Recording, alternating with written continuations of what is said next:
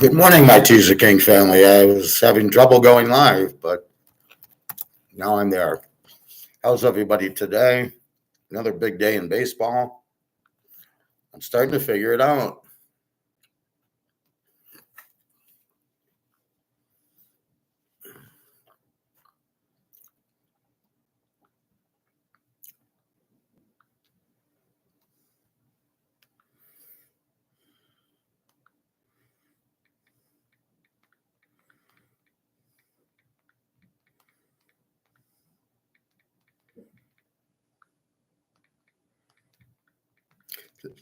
Just 1 second.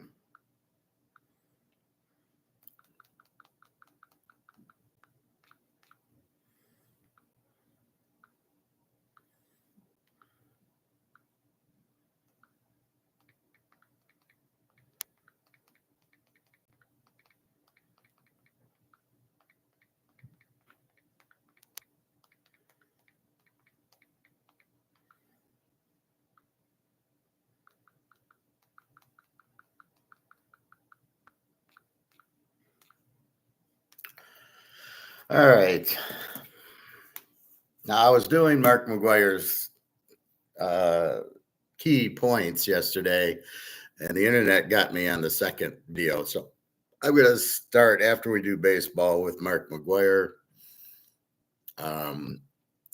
China is bankrupt. The U.S. is bankrupt. Nobody will buy our bonds, but the debt didn't go. So if we think about us as a person, if I don't have any money coming, if I have $500 coming in and I owe $1,000, I'm fucked, right? So that's what's happening. In order for the U.S. to stay solvent, they need to do bonds. They're T-bills. T-bills, which are not safe. They're the most risky thing you can have now because we have a $37 trillion debt, and good luck getting paid back on it. So knowing that, nobody wants to buy them. But we still have, so much spend a month, and we don't have enough money coming in a month. So if we got 5 million coming in and we're spending 10 million or whatever the figures are, you're bankrupt. I mean, it's as simple as that. There's no sugarcoating it. It's not like we might be or we are. We have no assets like gold and silver to offset it. Again, an asset is something of value. A piece of gold has value. What that guy was talking about yesterday, I have no idea. I've never, if I had to take a class in Austrian economics with that guy teaching, I'd be up and gone in 5 minutes. It was the poorest example, and nobody could follow what the hell the guy was trying to say. Even the host was like, I don't know what you're talking about. It's pretty sad if you can't explain what your talk is. So it shows you MMT is just bullshit, as is Keynesian. Anyway, so we'll get to that last 10 minutes of Mark McGuire as I do baseball today. Again, I'm just looking at the cream of the crop. And let's look at yesterday. The Yankees under 9.5. It was 7-0. They lost, but they kept it under 9. So we hit 7 units. The Yankees under 9. That's, I believe, 13. Could be 14 or 15 in a row. I didn't pay attention. I know it started in the Boston series on that Sunday. I know they lost 2-0. I don't recall the couple of games before. I think the Saturday night game was a over game. We had Seattle with their 1.7 pitcher who they gave up a lot of runs. We lost Seattle. We did win Tampa Bay. We did win Miami over 9 with Arizona. That was a high scoring game. We lost Cincinnati with their good pitcher. We won the Cubs under the White Sox under 8 for 3 units and the Cubs over 8.5 for 2 units. So when we look at units, we won 7, we lose 2, we're up 5, we win 2, 7, it's 9, and it's 11. So we go plus 11 units as Cincinnati and the White Sox under were both 3 units cancel. I'm shocked Cincinnati lost, but it does happen. It is baseball. But we are finally getting the rhythm of this where we look at the pitchers, but we also are looking at the team. We're looking at the Yankees. I went through their lineup yesterday, and all of a sudden Aaron Judge was hitting 410, 420. He's hitting like 370. Goldsmith was hitting 360, hitting 280. The rest of the team hits in the 230s and 40s, and that's why they don't score. They don't hit. None of their hitters are hitting. They're not stealing signs like the Tigers are. That's what even engulfs me more that the Tigers are stealing signs is they never really have slumps. All their guys are hitting 270, 280 that are 200 minor league hitters. They come up to the big leagues, and now they're hitting 270, 280. Doesn't make any sense. They're not that good of hitters because you don't get better in the majors. You hit better in the minor leagues where the pitching's easier. So 100% they're stealing signs like they did at Houston. He's just good at it. It's what he does. He's figured it out. He won a World Series in Houston, but he got caught. So he's doing it in Detroit. And so far hasn't gotten caught. But nobody's really looking for it because the team sucks. The hitters are terrible, but if you look at they're hitting 270, 280, Aaron Judge dropped 60 points. So you're telling me that this Ricky Green and these other guys who are 220 hitters are hitting 270, 280, and not having a slump yet. So they know a curveball is coming or a fastball is coming. That's why they're hitting home. And this Ricky Green, especially, he knows the pitches, so he's able to hit these home runs. It's easy when you know a fastball is coming and you're a fastball hitter. So it's unfortunate that the manager has to cheat, but it's what he does. A thief's a thief. Leopard doesn't change their spots. So big day yesterday, 5-2. And really, Seattle with the 1.7 ERA guy should not be losing. All right, so let's look at today. 6:29. It's weird. I thought yesterday was Monday, 6:30, and it was Saturday, 6:28. Anyway, St. Louis, Cleveland, we're going to pass on. Liberatore against Allen. Have no idea.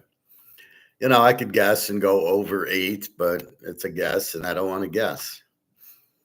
The Mets at Pittsburgh, Frankie Montas, 0-0 with the 0-0-0, and Mike Burrows 1-2 with the 4.55. I'm passing. Philly and Atlanta, I am playing. Ranger Suarez, 6-2 with the 208 against Spencer Strider, 3-5 with the 407. Bryce Harper, I don't see in the lineup, so I'm going to go under 8.5 here.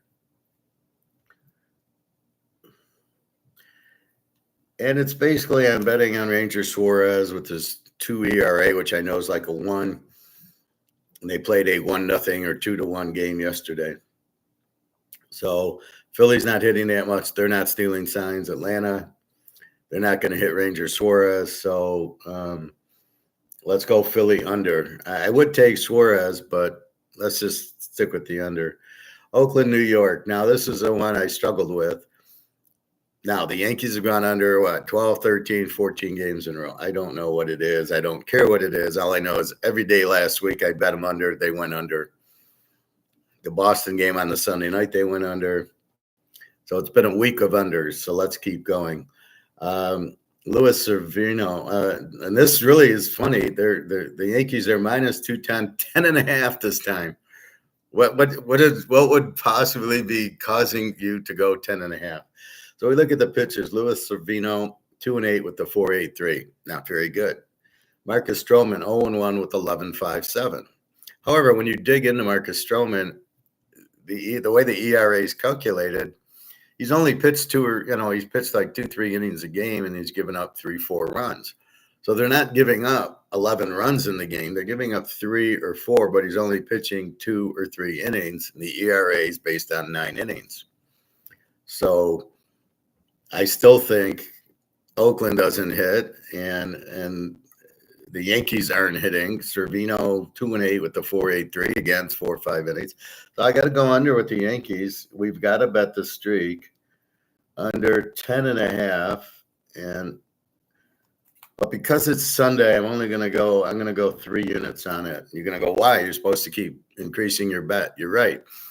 but I don't like this Stroman number, even though it's 11.57. And on Sundays, a lot of streaks are broken. I've noticed that. Sundays are a little different. It's a travel day. The manager rests his players on Sunday for whatever reason. Probably because a lot of them have Monday off, so it gives them Sunday, Monday off. But I just noticed a lot of streaks on, so I don't want to be caught on this one with a big bet. We'll if we get through this, then we'll wait for Max Fried and hit a 20-unit one. But right now, let's just go 3 units. Yankees, you got to go under 10.5. They're not hitting. It's Judge, it's Goldsmith, and 7 guys who hit in the 230s. You're not going to score runs with that. They just pitch around Judge, and that's it.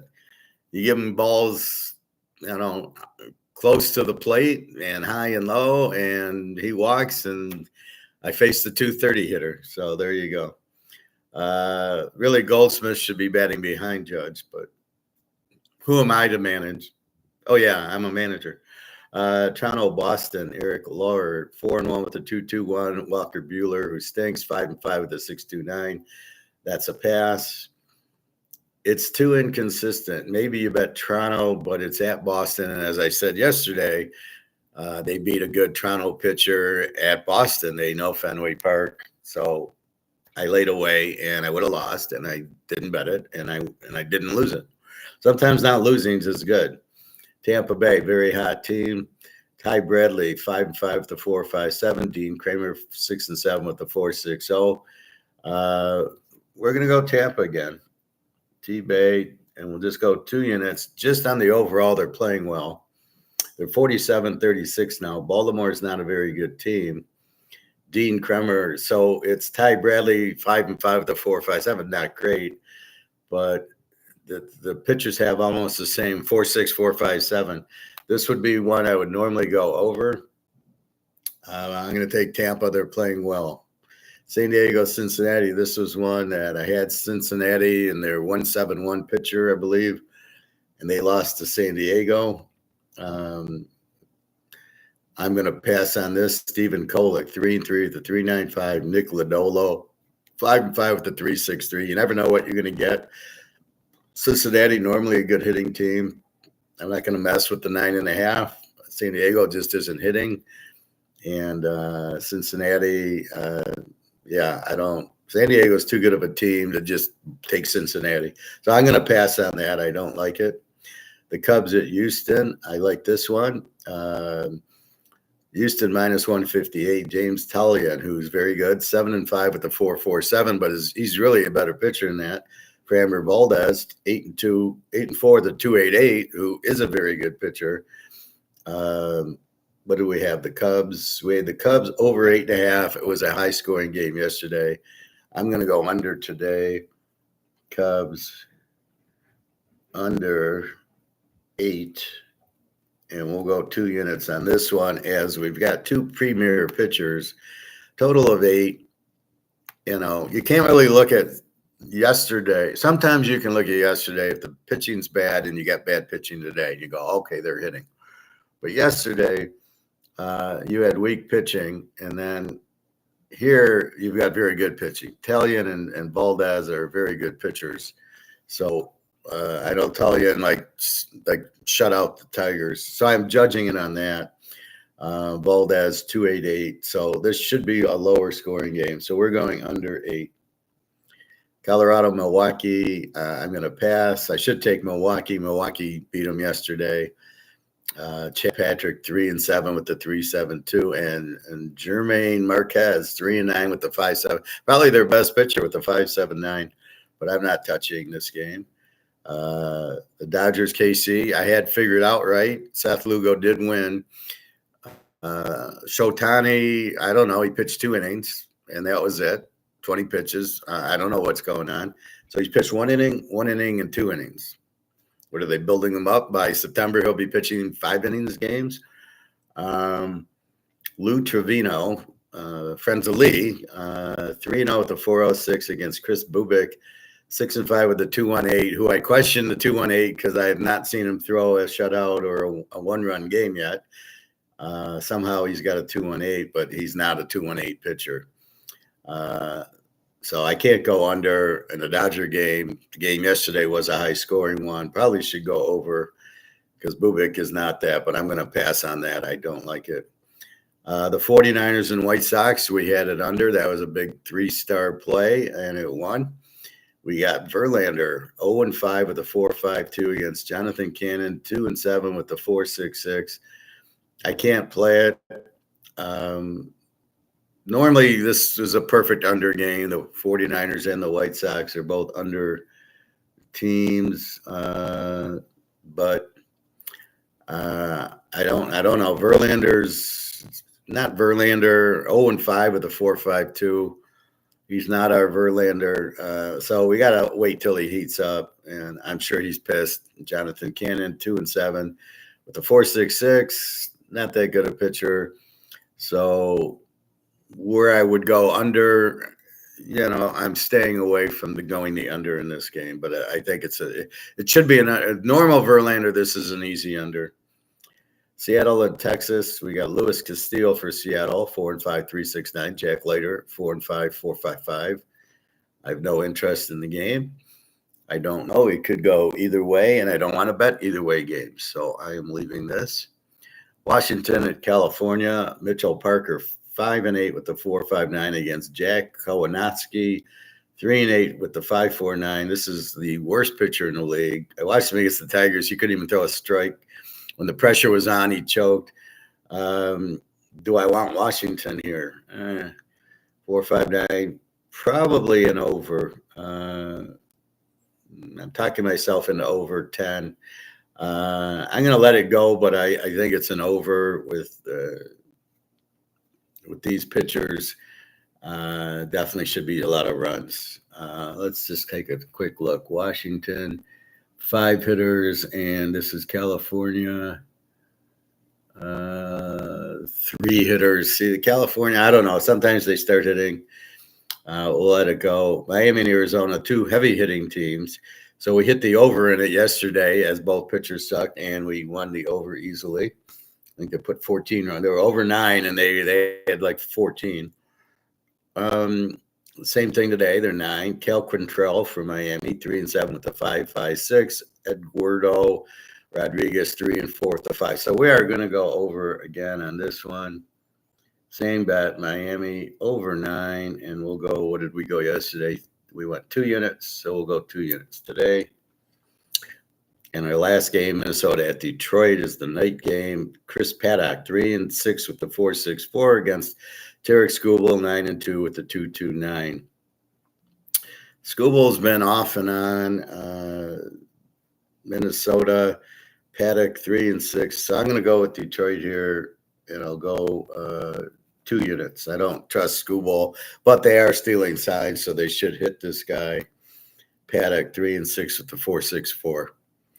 So we'll take Skubal. Don't love it. 9-2 with the 2.29. I don't just smell what everybody's cooking. He's the best pitcher. Bullshit. He gave up 4 runs in the last game to, I think it was Oakland. 2 2-run homers. So yeah, good pitchers don't do that. Bob Gibson didn't give up 2-run homers to 230 hitters. So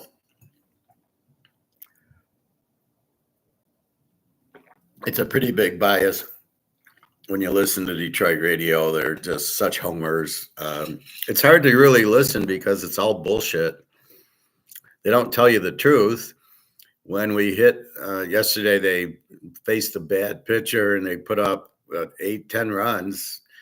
They still suck, but against the bad pitcher, oh, look how good they're doing. Look how good they're doing.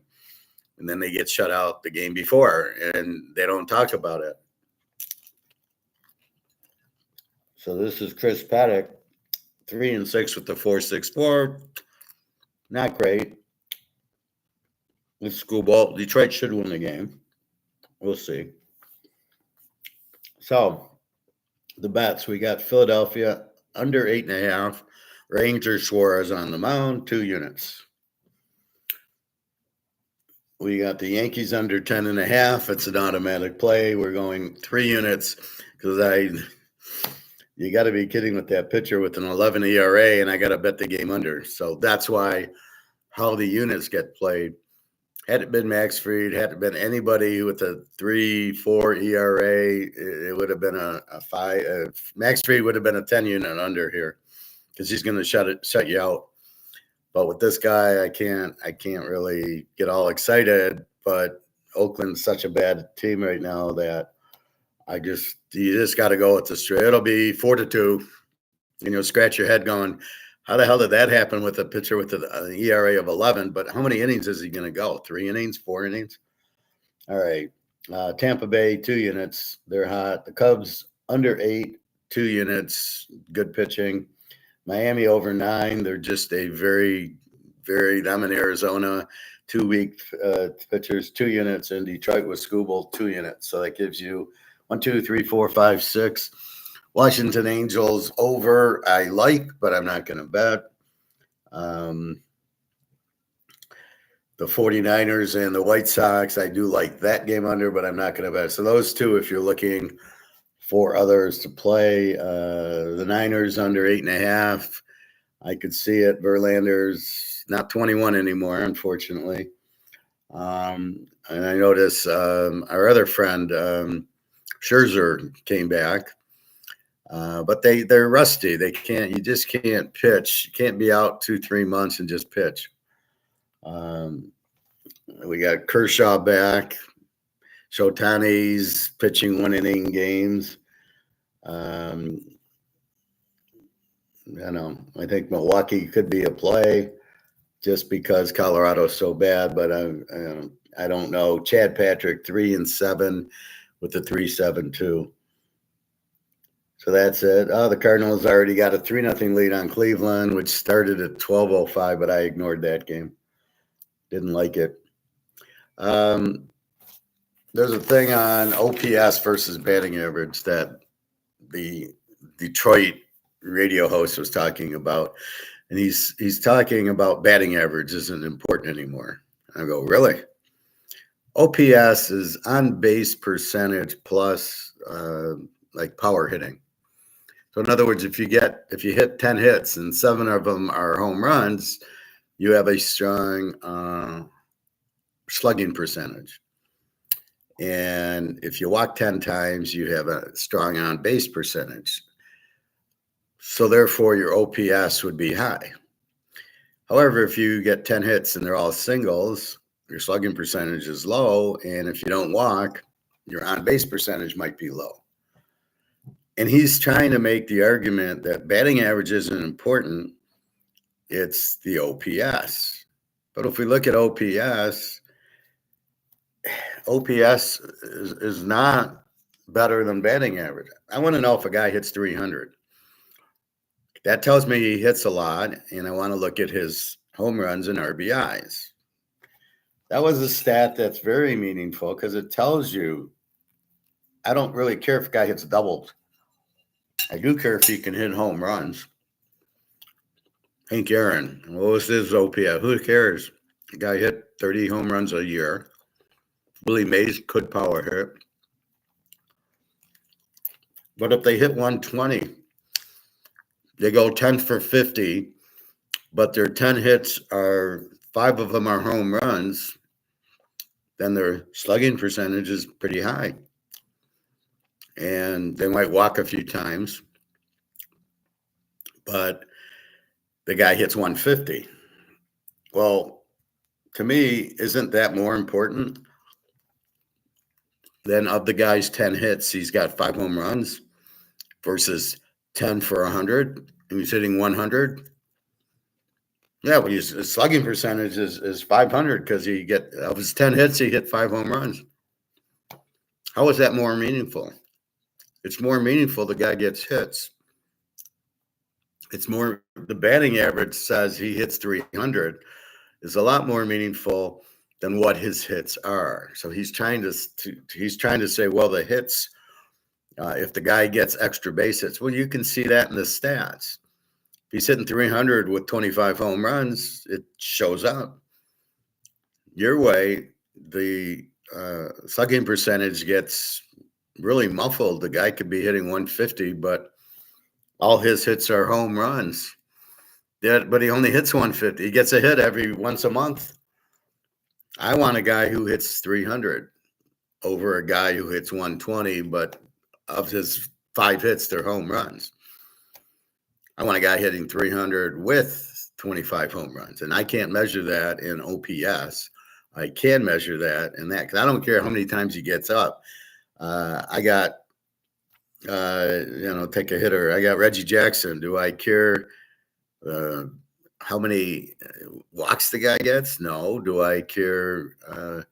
He's going to give you power numbers, but I do need him to hit 300. So if Reggie Jackson hits 300 with 25 homers, it's going to show you his numbers. But if his OPS is, might be 500-600.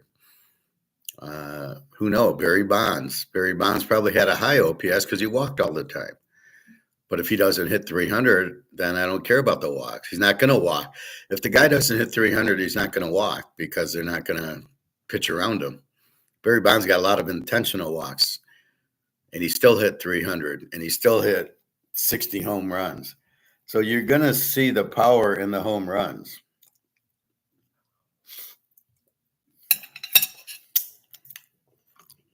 So the Tigers have this guy, Spencer Torkelson, who's hitting 220. Of his 20 hits, he's got 14 home runs, maybe 30 hits. Doesn't have a lot of hits. He walks a lot. You're batting him fourth. The guy barely gets a hit. 0 for 4, 0 for 4, 1 for 4. Maybe a solo or a homer. That's the other thing is when does he hit the home run? Is anybody on? How many RBIs does the guy have? That's the meaningful stats, not this bullshit of how many you're looking at batting average. I don't want a guy hitting 220 batting fourth. Well, when he does get a hit, well, yeah, but he's getting 2 hits and 10 at bats. I want a guy who is gets a little bit more hits, right? So that's really the key to it is how many hits they get. I need a guy who can hit, drive the runners in, RBIs and things like that. Hey, Cher, you're back. That's good. I'm fine. Thank you very much. Happy Sunday. Hope you're well. So you're sitting there and you're trying to justify an OPS of a guy hitting 180, but he's got a high OPS because it's based on his hits. How many are extra base hits? But if he hits 180, or in this case 220, that's not good. He should be in the minors because he hit 180 last year. And the fact he's got some home runs means he's just trying to get home runs. I've never seen a guy walk as much as he does by taking close pitches. The guy's a terrible hitter. You cannot take close pitches. With 2 strikes on you, you swing anything close. That's what you're taught. If it's close enough for the umpire to call you out, you swing at it. And you're good enough to hit it. Don't give me that shit. I played. I know I can hit a ball 3 inches outside, but I certainly won't take a ball 3 inches outside and not swing at it if I got 2 strikes on me. You shorten up, you just hit the ball, put it in play. That's how you do it. This guy walks. He's a terrible hitter. Okay, he's got 17 homers. How many hits does he got? Does he got 30 hits? So he's got a high OPS, but he's got a bad batting average. And to me, if it's a clutch situation and I got a 220 hitter up, he's on the bench and I'm looking for a 300 hitter. I'll always take a 300 hitter over a guy who hits 220 all day. And I don't care OPS. OPS is just how many extra base hits of your hits. So if you're hitting 220, you got a lot less hits. They might be extra base hits. But OPS doesn't measure anything. It's batting average. How many hits do you get? This is a hitter's game. That's what the whole point is. It's just like ERA on the pitcher. Somebody who pitches a 1.5 ERA, Ranger Suarez today with the 2 ERA, you're not going to hit them. So I don't care what your OPS guys do because they won't get on base. They won't hit because they hit 220. That's your fallacy of your OPS. It doesn't work if the guy's a 300 hitter. Now, conversely, Ricky Green hits like 290, and his OPS is about the same. They're like 800, which is totally meaningless. It's a made-up number, the OPS. Let's add 5 numbers together and come up with a number that nobody knows if it's good, bad, or ugly. It's a stupid stat. It's a meaningless stat. I don't care how many times the guy gets on. I care about, can he hit? I got second and third. I don't want a guy who's going to walk. I need a hit to win the game. And I got a guy who's hitting 220. Probably not going to get the hit. But if he does get a hit, it'll be an extra base hit. I don't care. I need a guy who can drive in the runs. I need Johnny Bench. I need a guy, Reggie, Barry Bonds, who hits the ball, who's going to hit it with runners on. That's what I need. So I need a batting average. I do not need a 200 batting average with some sort of 800 because he walks a lot and he doesn't hit a lot, but his hits are extra base hits. That's the stupidest argument I've ever heard. So again, I got to call out these stupid idiots. I got to go my forward. Bye. I got to go my forward. Take care. Okay, share. Well, have a nice day. Enjoy. Buy your gold and silver by the 1st. Anyway, so that's my point. I need a guy who can get hits and drive in runs because that's what baseball is. The team that scores the most wins. So I need players that are going to get on base. They're going to drive in runs. If they hit home runs, great. But they got to hit them with, 2 men on, not, another solo shot. Oh, well, I hit 14 homers, but they were all solo shots when we were winning 10-0, Darrell Evans. So to me, give me a 300 hitter who drives in 100 runs and gets 30 home runs. That's what you're looking for, but you'll never see it in OPS numbers. So OPS, it's just like analytics or an algorithm or shit like that. It's something different, but show me how it adds value. Explain adding value. Sorry. I don't smell what you're cooking. It doesn't add value. It just says this guy walks a lot and this guy, which I don't want. I don't want a guy who walks batting 4th or 5th. And I don't want a guy who doesn't get a hit. But when he does get a hit, it's an extra base hit. That's not what I want. I want 300 hitters. Ricky Green's more valuable than Spencer Torkelson all day, every day, because I can count on Ricky Green to get some hits. If they're extra base hits, I don't care. If he does hit home runs, then I bat him 3rd or 4th. You got a crazy manager who switches his lineup every day, which is very bad. You never do that. But he's stealing signs, so anybody can get a hit. Happy Baez, who's now hitting 290 or 280, well, you don't see him swing at that slider outside anymore because he knows it's coming. That's proof that they're stealing signs. So I will leave that. Anyway, real quick, going through the games. Philadelphia under 8.5, 2 units. The Yankees under 10.5, 3 units. Tampa Bay, 2 units. The Cubs under 8, 2 units. Miami over 9, 2 units. And let me make sure I can verify the Cubs are under 8. And then Detroit tonight, 2 units with Skubal. Don't love him, but he's okay. He's hot and cold. He'll walk some guys, gives up some home runs, gets a lot of calls. I don't know. I'd rather have Max Fried from the Yankees. All right, that is that. I'm going to share with you Mark McGwire video.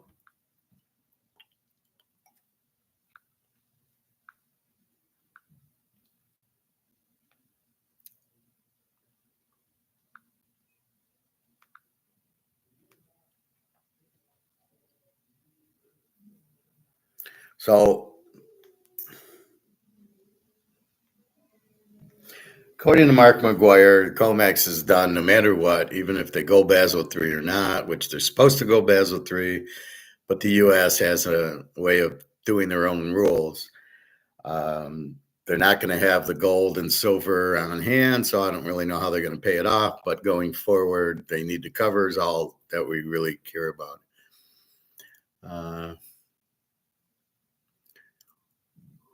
All right, so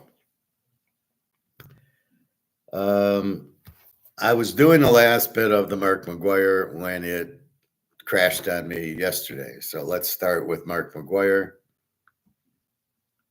Make the most of your money with high-yield cash from Robinhood Gold.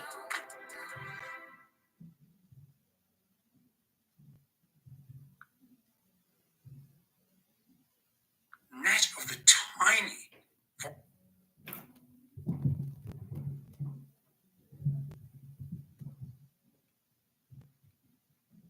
The short term here, and what's your take on about things 8 that are minutes happening right now? Sure thing, Shane.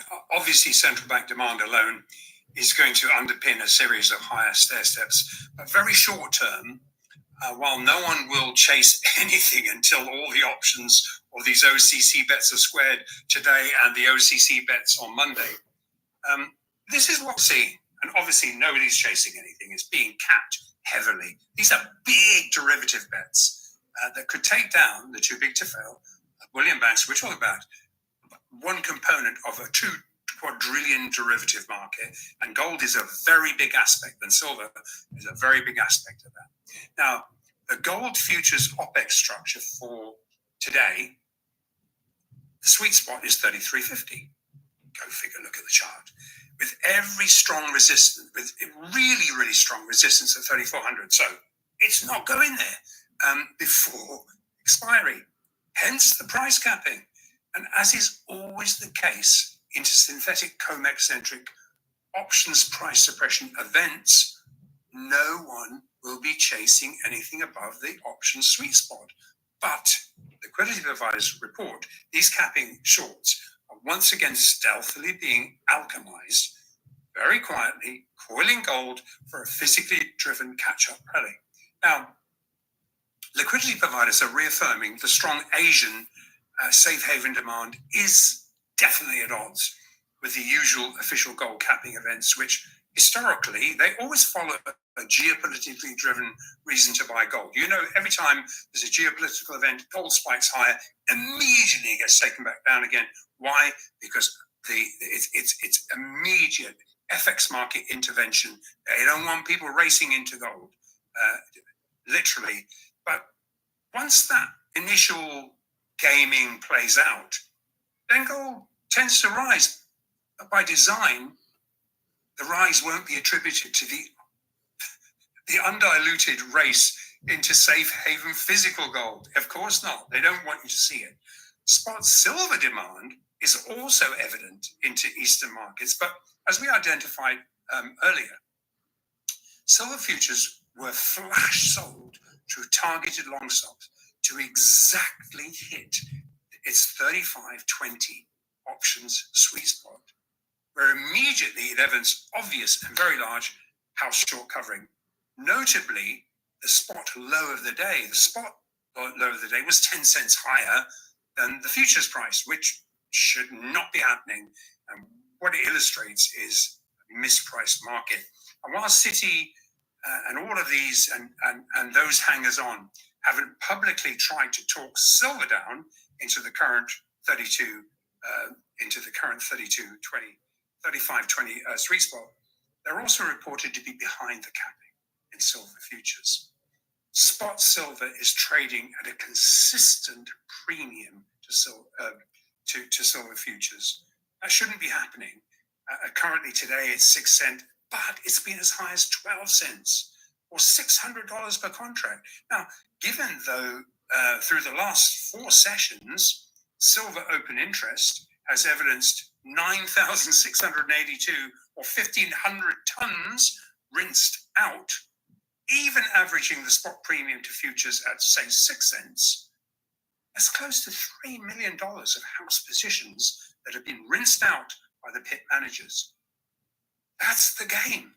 This is telegraphing foreign exchange silver is being locked in, though, because the foreign exchange price is higher than the futures price. because it's being locked in at the FX fixes to future at premiums, and it also indicates the imminently expiring July COMEX silver contract, which goes into delivery at the end of June, will be stood for delivery and will be drained of cheap, immediately accessible silver, and the current open interest that remains. So the potential delivery exposure right now is a very large 6,000 tons. And while a lot of these positions will, of course, they'll be rolled into the upcoming September contract, there are only 2 sessions left to actually deliver the last 1.4 tons of June deliveries. Why the heck anyone would hang on to the last day to deliver a June delivery that should have actually been delivered at the end of May? So to sum up, basically, both of these bid pooled efforts in gold and silver are options, OCC related, ahead of options expiry today, and OCC related capping. And it's being led by Citi, stick handling, official OCC bets. And while we expected a last kick at the can ahead of US Basel III compliance, all it has achieved is to secure the next higher, globally determined, higher price stair step with almost no paper speculators on board to rinse. Just to finish up, though, we have contacts on the ground, and we'll be closely monitoring the upcoming 17th BRICS Summit in Rio on the 6th and the 7th of July. And we're going to provide a full update in our last episode that will be recorded on the 9th of July. So BRICS, remember, is a platform for accelerating financial multipolarity with a view to expanding the new development bank so as to bolster national currencies in intra-BRICS trade benchmarked to gold. That's the key thing. And with gold markets now being discovered in Ava and prices now being discovered in Asia, as Bloomberg draws attention to, it provides the BRICS autonomy.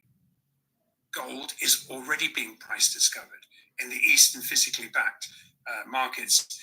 The formalizing of the financial infrastructure to support liquid global settlement is the final piece of the puzzle, and it will be the death knell of the COMEX if it does not become Basel III compliant. We talked about it before. Yeah, you can avoid being Basel III compliant. You can keep playing your paper game, but you've got less and less people to actually cover your exposure into. So you're in trouble. And simply what happens is you're going to influence the fixed price through your COMEX gaming, and that's going to be delivered. And then they're going to turn around on you. And what they're doing in silver right now is loading up at the back door and taking it and literally draining those vaults. So unless it becomes Basel III compliant, goodbye. Now, gold is strengthening the BRICS currencies at the expense of the dollar. In case you haven't seen the ECB Financial Stability Review, drawing attention to the unallocated paper gold to physical imbalance, identifying large foreign counterparty derivative exposures that must be brought back into essentially rising prices. So the only question left to ask our dear subscribers is, how prepared are you to protect your wealth?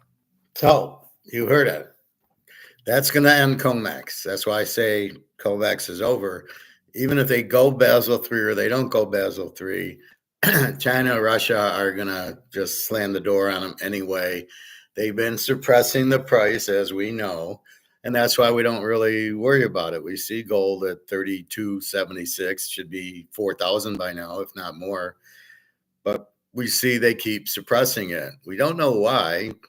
It's stupid. Everybody's buying it. Why would anybody short something into something that high demand? But I wanted you to see that. So that's when I say COMEX is gone, because if they accept Basel III, they got to cover. And if they don't accept Basel III and just say, screw you, then they're fucked either way. So I'll look for COMEX to be ending soon, which will end all the price fixing, hopefully. We'll have to see what happens next. But it should it should end. It should end comex, and it should end the price fixing. If you have a lot of gold and silver, you don't want the price down. You want it high. If you don't have any gold and silver, like the U.S. and the U.K. and Canada, you want to keep the price down because you know the other side, who has all the gold, is coming at you. So that's part of the reason for the price fixing. They want to keep you in dollars, which makes no sense. But it just shows you how stupid these guys are, who's in charge. So that's what that is. So the end of COMEX should be July 1st or roughly around there. I want to show you me.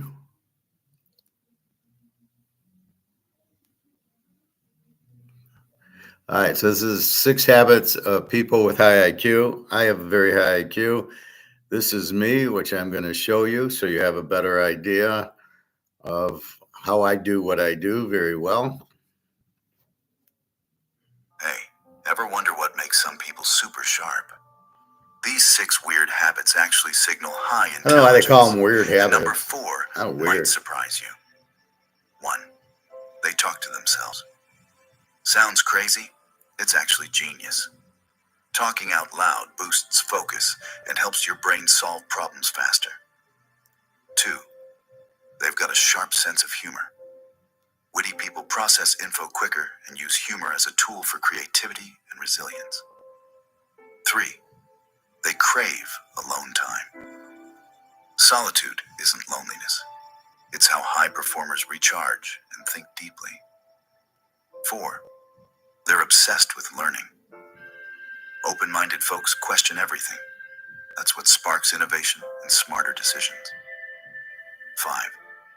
They're super observant. Being hyper-observant helps them spot patterns, solve issues, and stay 10 steps ahead. 6. They focus on solutions, not problems. Instead of whining, they take action, and that's what really sets them apart. If you want more tips and tricks, hit that like button. See, it's funny because I ask people if they're open-minded when we start talking about gold. Oh, I'm open-minded, and they're not. I mean, you got to be open-minded to understand gold and accept that gold is the way out. You've got to be open-minded to understand that this and this have collapsed, and there's no more value in them, and because they've been printed to death. You have to be open-minded to understand these concepts. If you close eyed and think, oh, nothing can happen to the dollar, it's been around for a while, and look, since 1971, nothing's happened, then you won't get gold and silver, and then you'll be stuck. It's sort of like the Titanic's unsinkable, right? What did they say? Even in the movies, Titanic's unsinkable. Okay, so it's unsinkable. So therefore, if you hit an iceberg, it can't sink, because we're assuming if it's unsinkable that it can hit an iceberg and it won't sink. And they're very close-minded until the boat's 90% in the water and they go, oh shit, we're sinking. Even though it's an unsinkable ship, that's bullshit. It is a sinkable ship. All ships are sinkable. All dollars are sinkable. As we should, I'll show you Egon again. All dollars are going to zero. It's always happened. And let's look at Egon for that one. But that's what happens.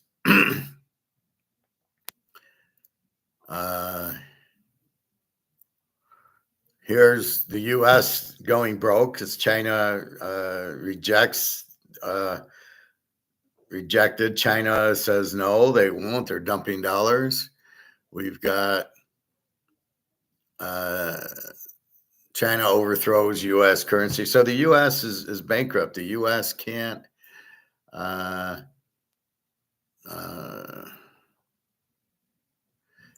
Germany and Italy demand their gold back. So it's being held at the Federal Reserve in New York, where Die Hard 3 was. And they say, we don't trust you. We want our gold back, because the U.S. will steal everybody else's gold so they can have gold and say, look, we've got gold.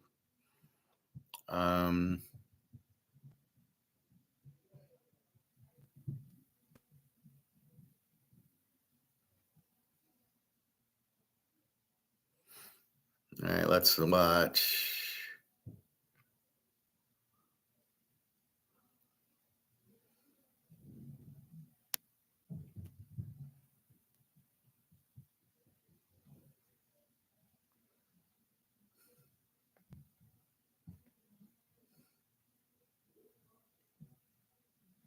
No buyers left, so nobody wants the debt.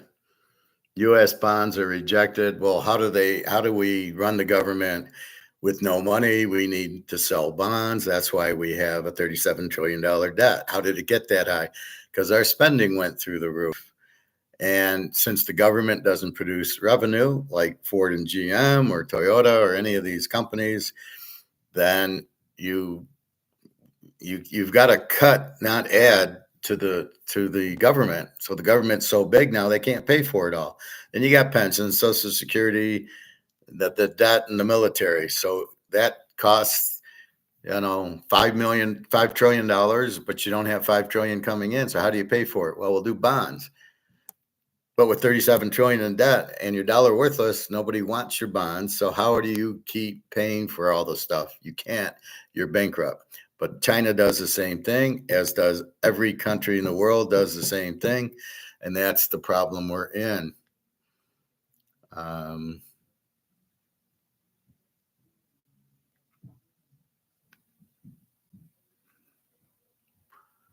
right, let's look at Egon here. So we're talking about the devaluation of currencies and the consequent rise of the price of gold. Now, there is 500 Swedish kroner, currency that has lost most of its value since 1971. It's lost 99%, like most other currencies. You can always tell when there's a $500 bill, there's massive inflation because the money isn't worth anything. So you'll see $1,000 bill or $10,000. When you start seeing $1,000 bill and a $10,000 bill, we're fucked, right? You're fucked.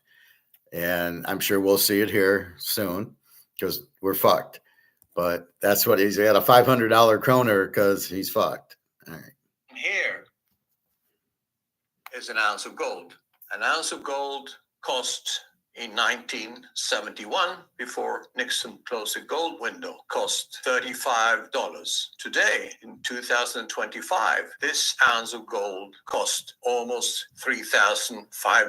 $35 to $3,500. Does that mean that the price of gold has gone up 100 times? Yes. No, it means Not that 100. the value of your money has gone down by 99%. And as I've said many times, we're now in the acceleration phase of the decline of paper money. And we are going to see money printing on a scale that the world has not seen before because of all the problems in the world, deficits, debts, bubble assets. Add to that geopolitical problems of a magnitude that is actually very, very dangerous and precarious for the world. And on top of that, we have political leaders all around the world, in the West especially, that haven't got a clue how to solve this problem. So please stop holding paper money. Stop holding paper assets that will fall by 70 to 99% against gold in the next X years, whether that's 1 year or 5 years or longer. It doesn't matter. The risk is here and now, and it's now that you need to protect your assets and think about wealth preservation. Obviously, you should hold gold or silver, which is also very good potential now of appreciating, probably faster than gold. You should hold gold and silver outside a fragile banking system because that's the system you're protecting yourself against. So please, for yourself, for your family, now start thinking seriously about wealth preservation and don't hold your assets in fiat money, paper money. Please protect yourself, protect your family, help your friends by having your assets.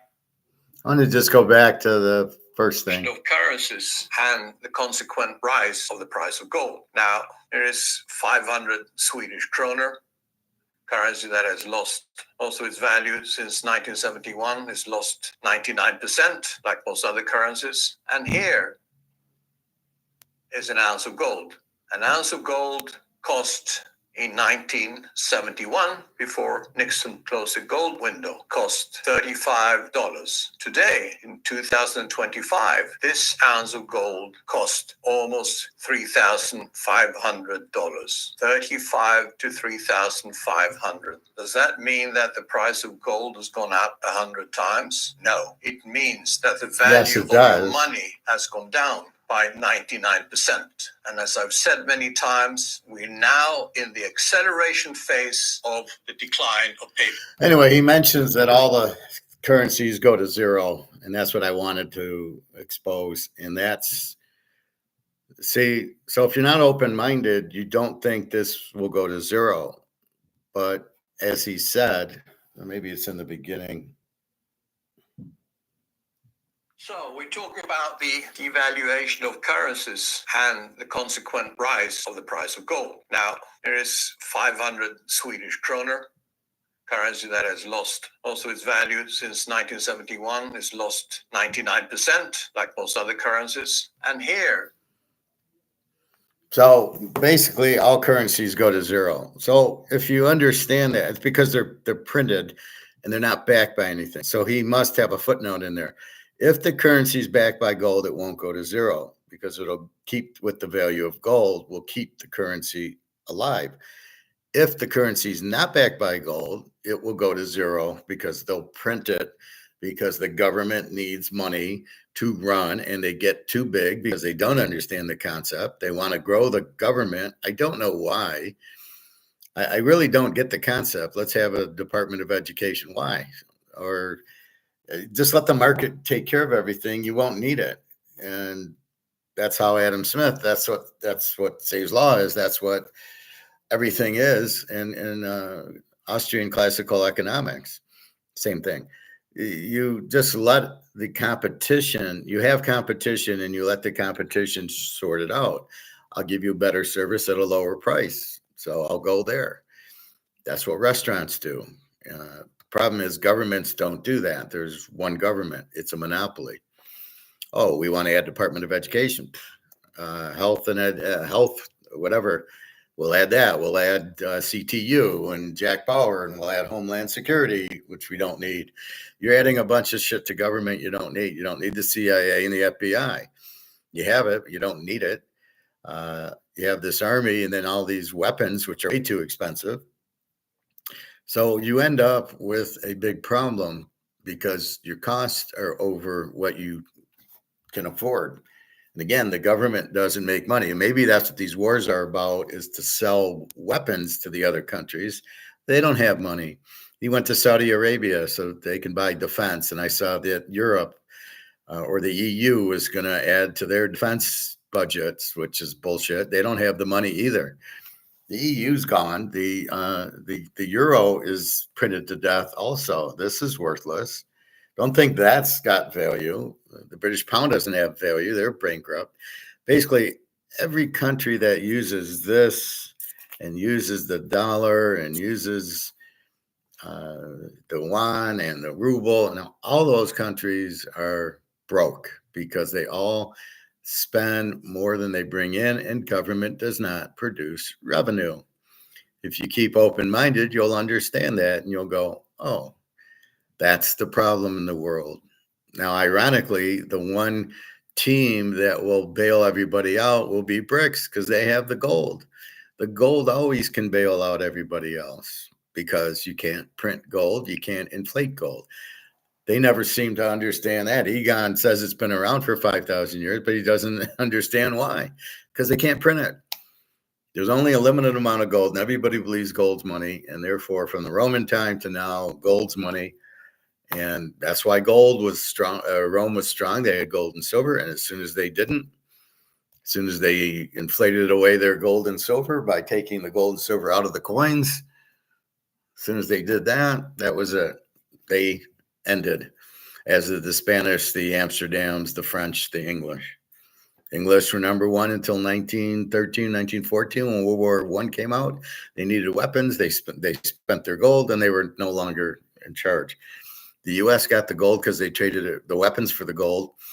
That's why we were number one. But now we don't have any gold. It's amazing how stupid people are. Who would sell gold? You don't sell your gold. You keep it in your Fort Knox. You don't sell it. Well, yeah, we need money. We'll sell gold and get money, but money is worthless. So again, back to my video on my 6 things of high IQ people. You observe what's happening, which is the gold. You problem solve, which is what I'm doing. You've got all this.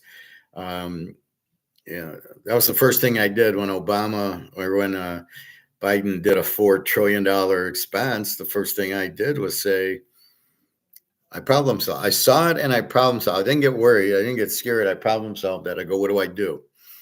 My money is worthless because I know if you print all this money, it's worthless, right? So that's the first thing I knew from my master's. And I said, okay, I got to get out of the dollars. Where do I go? So I sell my stocks. I get my money in the bank and I pull everything out. And the answer was gold and silver. That was the only way you could survive, was if you went into gold and silver, because they can't inflate that. But you need physical. You don't buy. See, the lazy people buy ETFs. The lazy people get into Madoff. The lazy people get into real estate trust in 2008. These are the lazy people who aren't strong or smart enough to do their own research and figure out what to do, or find the right person to figure out what to do. I've been doing this 15 years. So about 2010, I believe I started this. Unfortunately, I should have started at 2000. I think I tried to, but there wasn't the internet and YouTube and stuff like that.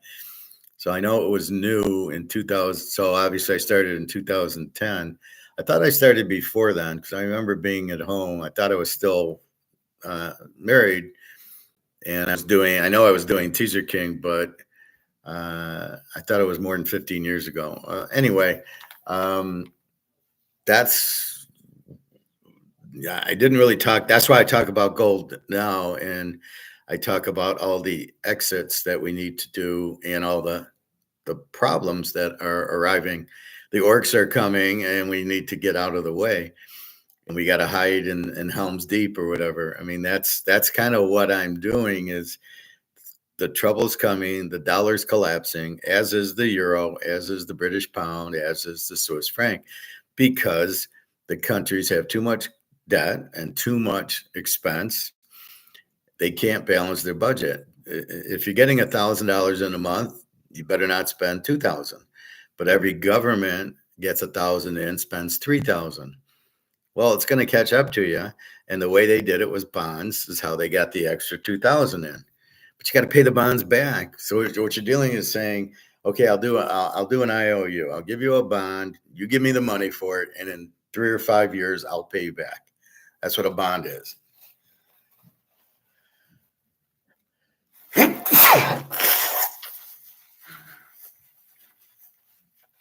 Sorry. So knowing that, and knowing that the government doesn't produce revenue, it can only last so long before you go out. That's why you need gold. Gold will keep the value. And if you stop fucking around with gold, JP Morgan, and let it run, gold would be 10,000 an ounce. That's your out. Well, the dollar's not worth anything, but we have the gold. Only the US, England, and Canada, for some strange reason, has no gold. Italy and France and Germany do. They're not idiots. Especially Germany knew it's happened to them before. Why you can't see that, US and the UK and Canada, well, you can't see what happened in Germany, and that they didn't have any gold, pretty bad. So this is the problem. So this is why you must keep open-minded. You must observe. You must problem solve. So my problem solving was, the dollar's gone. Let's go into Swiss francs, British pounds. No, euro. No, we can't, because they're all the same. And that's when it led me to gold and silver. I already had the Mantle cards and the Brady cards from when I was married. When I would go to the card show, and I really wanted to buy gold instead of that. I bought a few ounces of gold, but and none of the, it's ironic, but like the Mantle card, I didn't spend probably more than $100 on any of those cards that I show you. I think the Eiserman 1/1, I think it was 175. I never spent like 500 or 1,000 a card. I never thought they'd be worth much. I knew they were good cards to get, but I never in a million years dreamt that the Montana rookie would be 110 if it's a PSA 10. But we made sure we got mint cards. I would choose the card. My ex would look at the card and make sure the corners were good and the centering, and there was no scratches on it. And she was pretty much into art, so she could do that. And that's where we were at. And so I always got as best a condition of card as I could. Some cards I just couldn't get in good condition. I mean, we'd look at a lot of cards and you just couldn't find one that was really centered. There was a Walter Payton, I think 83. I got the 82 in mint condition. Beautiful, got to be 10s. The 83 I tried to get, but all of them were off center, or 84. I can't remember. Maybe it was 84. And they were all like way off center. And,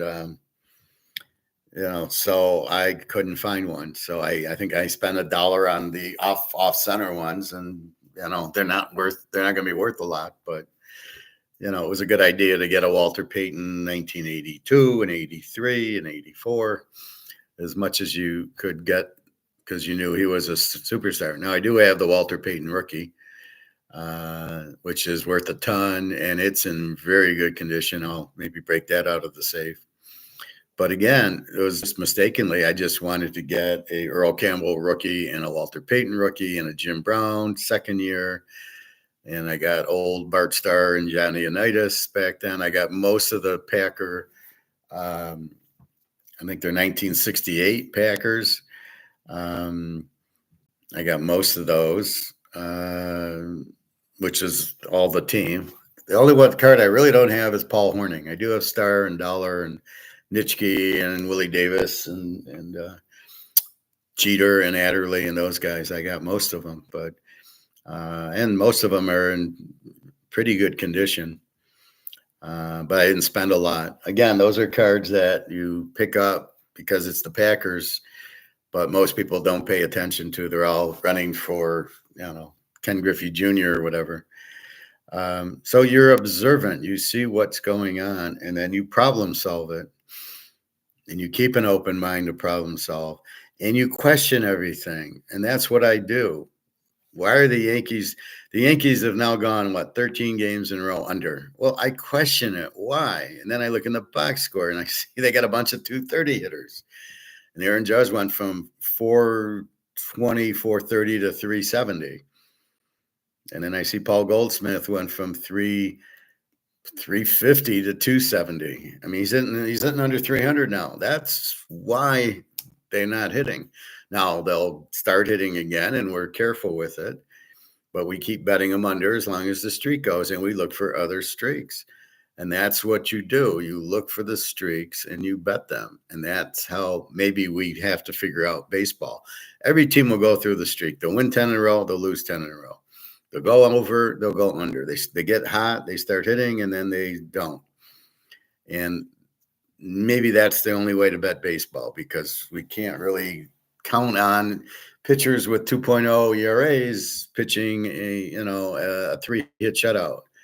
You could before, but you can't now. And the managers pull them after, you pitched 100 pitches, we got to take you out for no reason. It's the stupidest thing in the world. It's analytics, because we've done a calculation that says if pitchers pitch more than 100 pitches, they're going to get hurt. Based on what? That's bullshit. And that's what you got to understand. So it makes no sense. It makes the betting harder, because you're sitting there and you're basing it on the starting pitcher, but he's going to go 5 or 6 innings, which is why you've got to probably bet overs and unders with Max Fried, betting him under, because they're not going to hit him, but how long are you going to get him for? 6 innings, 7 innings, something like that. And then you got to rely on the relievers, who are very bad and very inconsistent. And that's where baseball's hard to bet, is the 7th, 8th, 9th inning relievers. Are they good or bad? And the manager I'm looking at one. The guy's got a ERA of 9, and he's closing the game out, and he gives up 3 runs. You're like, what the fuck are you doing with the reliever of 9? Why is he in the game? Well, analytics says he's left-handed, and they're batting left-handed. But yeah, but he's got an ERA of 9.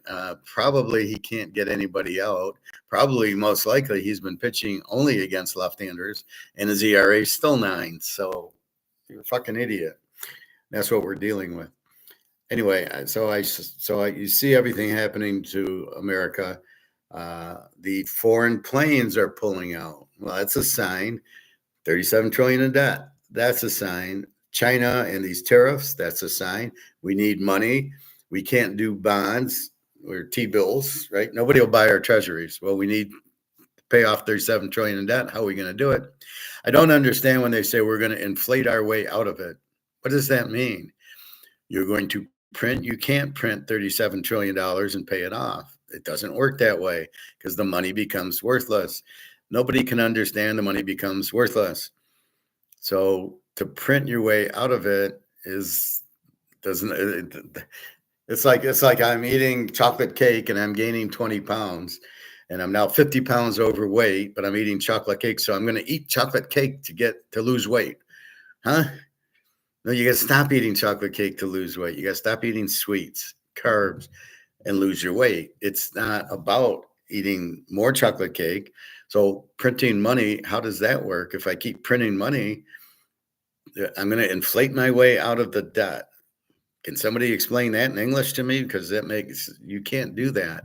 You cannot print more money to pay off the debt or to make the money worthless. So what are you going to say? Well, the money's worthless, so we don't owe you. But then your economy blows up because your money's worthless. Why do we have money in the first place? So medium of exchange, so you have an economy.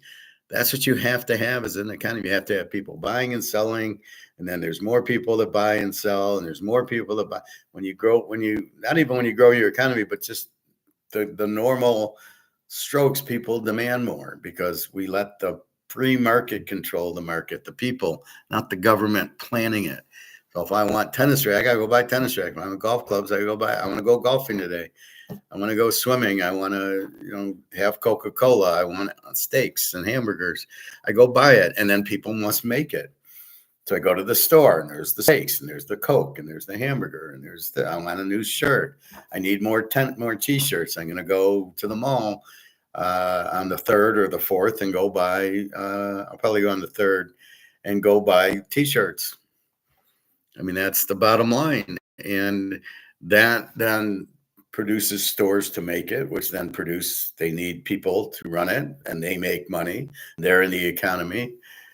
But when you start tariffing goods, you take goods out of the economy, which then relates in people getting laid off and stores closing.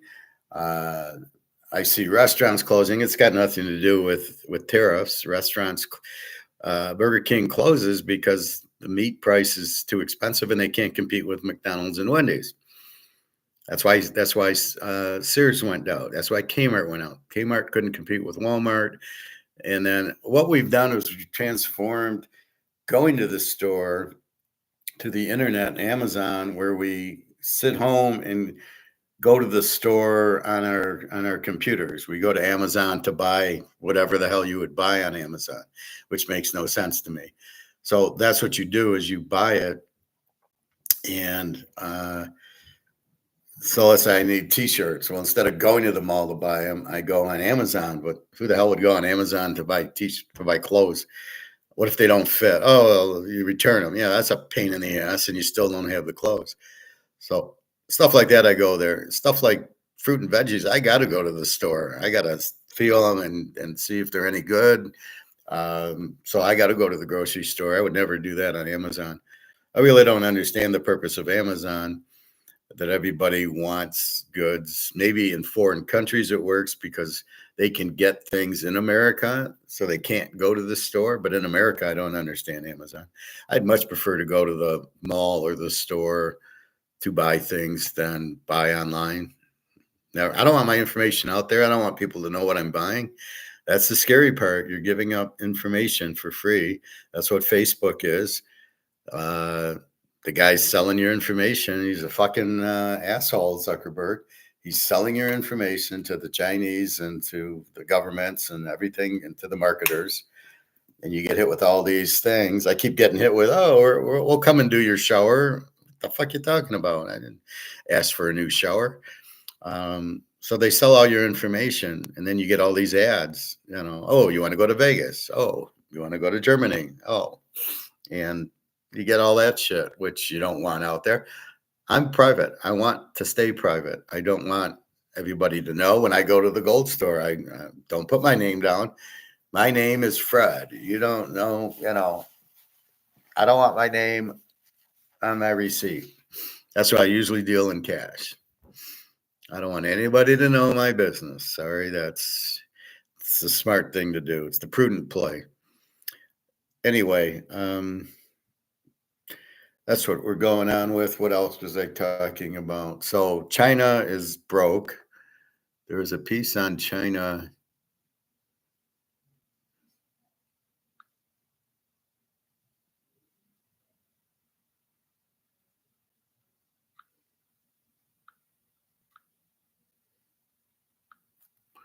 Where did it go?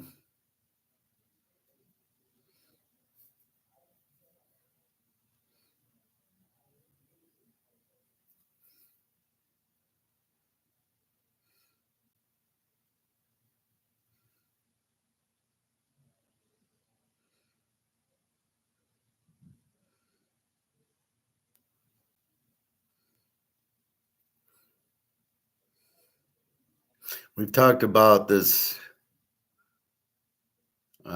Well, here's one on.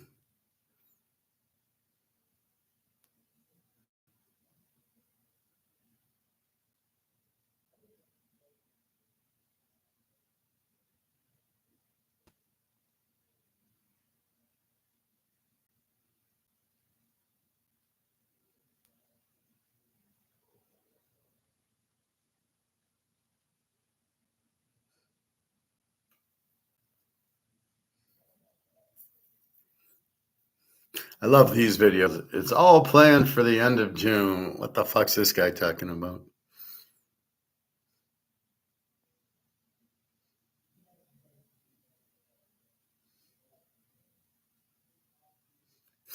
Here, China freezes all U.S. investments. That's not good news. I don't know what this is. Let's watch this. Zuckerberg shatters silver price. So, okay, we'll watch it. I'm not sure what it is. If you're forgetting simple things, I must not have liked it. I mixing didn't up like it. names, you need to know the elephant trick. It brought my memory. Shut the fuck up. What Zuckerberg just did means do this with silver instantly. Whenever the big players in our economy do anything that has to do with silver, my eyes light up. Well, check this out. Oh, if you're interested in silver, click that link in the description. Money Metals is holding this contest. They're giving away 20 silver eagles. Every month they hold this contest. It's free. It's fun. Click that link. Take home that silver. It's from the Wall Street Journal, and they're saying Meta fired Palmer Luckey. Now they're teaming up on a defense contract. Everyone's talking about this. Business Insider, Mark Zuckerberg and Palmer Luckey and their beef and partner to build extended reality tech for the U.S. military. New York Magazine. Mark Zuckerberg joins the military-industrial complex. This is on the tip of everyone's tongue because tech typically stays away from the military. This is really going against the culture of tech. So this is a huge move. And for you and I as stackers, look at how much silver is involved for military use. This is from FX Street, and they're highlighting data that came from the Silver Academy recently. Silver Academy showing 214 unique missile types use silver, and there's 856,000 total missiles using silver. Look at how much silver is in each. 100 ounces for each of those. So they do that math for you. That's a total of 85.6 million ounces of silver. It's only 2 tons. The guy gets all excited. And according to the Silver Academy, this is just the beginning. That's very conservative. They see bombs, satellites, submarines. That data has not been released yet. Now, for you and I as stackers, this is another. We're collectors. We're not stackers. For silver, because presently, industry takes up at least 50%, really closer to 60% of the available silver. How And does he know? we don't It's have not out enough there. already. This is the 5th year running of a deficit in silver. That it's presently being used for electric vehicles, solar, all that technology that needs silver. So to have the military now, somebody like Zuckerberg moving in and having even more silver sucked up. I mean, there's no other way to describe it. To be used for all these military applications, it's really huge, and it tells me, as a silver stacker, and I'm not giving financial advice. I'm showing you the pattern of silver. That tells me that as 2025 rolls out, and as we get to the second half of this year, the price of this metal, we're already in an upswing at the time of this recording. This is just another piece that is going to keep the momentum going for silver, keep that price going up. The fear of missing out. Okay, but he doesn't understand. Again, this is a demand piece, but they don't understand physical silver versus paper and the fact that it's as long as comex is price fixing it, it's not going to raise the price. All it does is raises the demand, which we already know the demand's huge for silver, but the price doesn't reflect it. The same with gold because of comex. That's why Basel III is so important.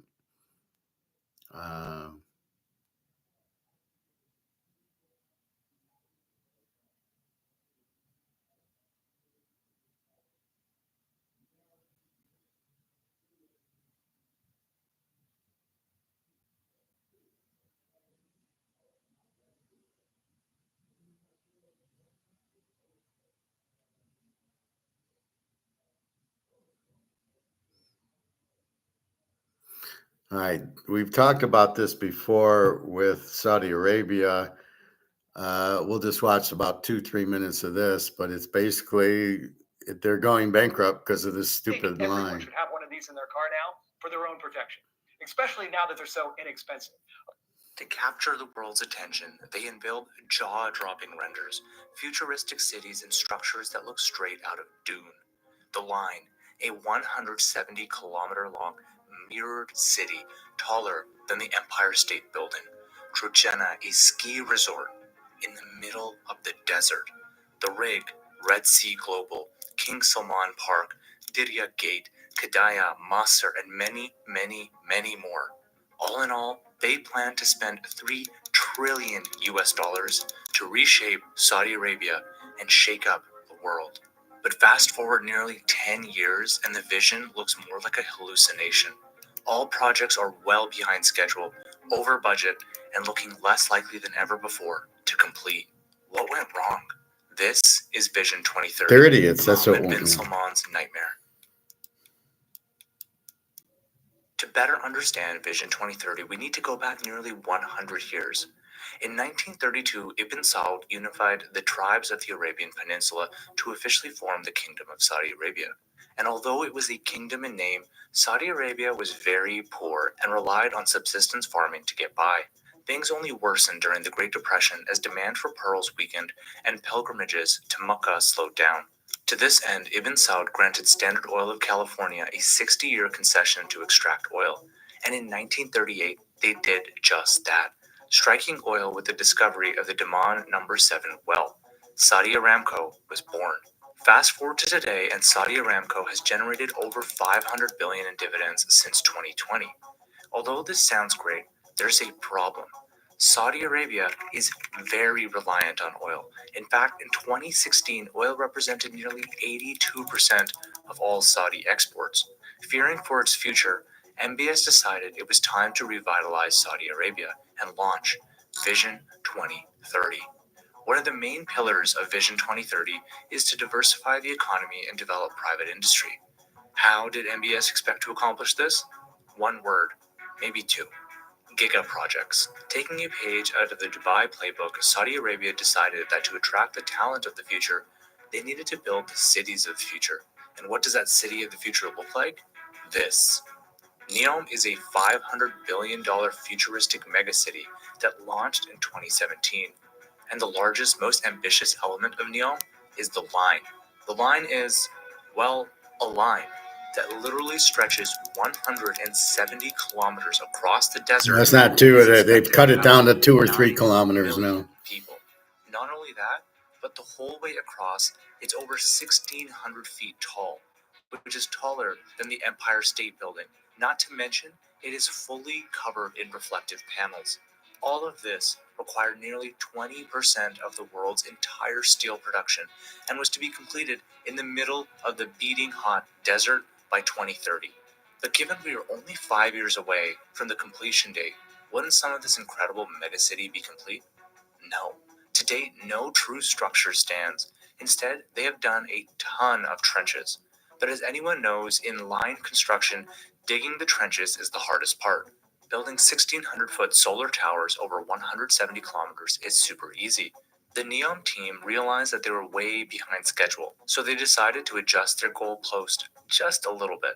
Instead of 170 kilometers, the line will now be an impressive 2.4 kilometers, a measly 98.5% reduction for phase 1. And instead of 9 million people, they will have an equally impressive 300,000 people. And as such, the line will be rebranded the Pittsburgh of the Desert. Now, this is a screw up for sure. However, they continue to emphasize that the line will be built eventually. And pulling back up a level, let's remember that NEOM isn't just the line. It includes Oxagon, a floating industrial complex and automated port.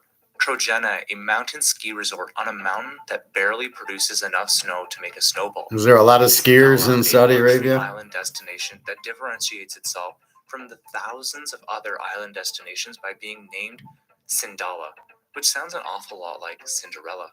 You get the idea though. NEOM has a lot of random projects that feel almost aimless, but there's a reason for this. Most of these ideas are being developed by MBS himself, but this is deeply flawed.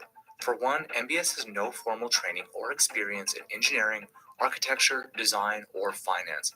He is simply deeply passionate about science fiction and innovation. Furthermore, this centralization of decision making around the Crown Prince has prevented an honest assessment of the project's costs and challenges. For instance, Thomas Paine, the original architect of the line, was prevented from expressing concerns about costs to MBS. A project manager for Sindala was removed after they challenged cost estimates, and even McKinsey, my alma mater, a firm that prides itself on its independent thinking, has seemingly helped executives juice IRR figures to make projects look better on paper. But at least McKinsey didn't go empty-handed. For their beautiful spreadsheets and lack of backbone, they have received $130 million in fees. This avoidance of having real and tough discussions has led to NEOM's expected cost to rise from $500 billion to $8.8 trillion. Yes, 25 times greater than Saudi Arabia's entire budget. And MBS is not happy. He is so unhappy that he actually left Tom Brady and Will Smith hanging at the launch party for his incomplete luxury island resort, Sindala. But at least they spared no expense on the party, spending an estimated $40 million, which I guess is a drop in the bucket given they spent $4 billion on the project to date.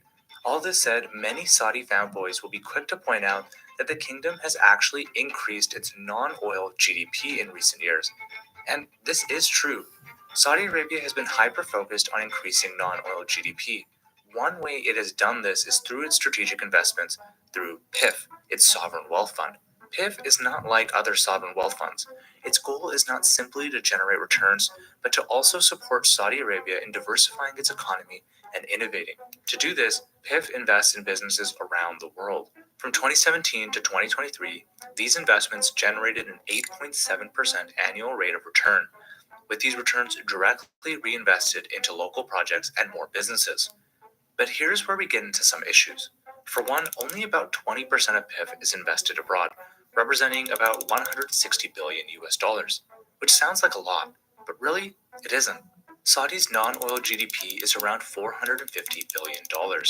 An 8.7% return on 156 billion is about $13.5 billion, or 3% of non-oil GDP, which means that PIF's foreign investments mean very little in the grand scheme of things. Instead, Saudi's non-oil GDP is almost entirely linked to local projects, which might not be an issue until you realize that the bulk of local projects are related to NEOM. By our estimation, if you remove this spending, non-oil GDP may have actually declined. Why is this important? Well, it basically means that the Saudi government is failing to shift their economy away from oil in a durable and sustainable way. Yes, theoretically, they are increasing GDP, increasing employment, and the like, but Saudi Arabia can't indefinitely spend money on NEOM and other Vision 2030 projects. Instead, they need to achieve a return from these projects. Construction GDP is not a means to an end. But enough with the building. Who the heck is planning on living here? Once the structures are there, they need people to drive an actual economy, right? But before we do that, a few months ago, we partnered with economics and politics experts to launch a newsletter. It's free, weekly, has no AI slop, and covers. All right, so we've seen something similar to this before. It's just a bad project because they didn't use Say's law. They didn't supply what was demanded. There's no demand for these people. There's no demand for a ski resort or the other things they're doing. He's doing it based on what looks good or what sounds good, but there's no demand for it. So if you're doing a housing development, you first do like phase one and you're going to build 10 houses and you see if they got 10 buyers. And, you know, you hope you get buyers. And if you don't do phase two and phase three. So he wants to do 100 kilometers and he can't even do 2. And he'll probably never do any of it, but he's spending a lot of money on nothing. And there's no return on investment. So it's a stupid thing. Anyway, so we've seen that before. This is a curious one. China is shaking. Is it really about to be overtaken? Let's see what this is. The video showing the pink salt trick that melts belly fat while you sleep has already passed 21 million views. The data released on December 8th on inflation, or rather deflation, in China continues to collapse, being overtaken by India. In recent days, several interesting and relevant data for investors have been released on these two countries, allowing them to put them into perspective and have a clearer view of the trend they have taken and will follow in the coming months. The data released on December 8th on inflation, or rather deflation, in China does not bode well. And in addition to commenting on them, we will also talk about Alibaba, since its share price shows something absolutely anomalous. Profits are growing and the company's value is in free fall. But how is this possible? Well, stay tuned until the end because we have a lot to talk about. Give the video a like and subscribe to the channel if you haven't already. But having said that, we are ready to begin. After overtaking China as the most populous nation in the world with a whopping 1.3 billion people, India is also preparing to overtake it in terms of the capital market, at least if we compare it with the Hong Kong Stock Exchange. Okay, first of all, China doesn't have 100 billion people. They have about 800 million people. India, we don't know what their population is, so we will see. But what does that got to do with anything? In October, the National Stock Exchange of India, the country's main stock market index, had reached a total capitalization of $3.7 trillion, compared to $3.9 trillion for Chinese companies listed in Hong Kong. We are talking about two truly enormous economies. One country that many have already seen as Actually, this is a year old. I don't want to watch this.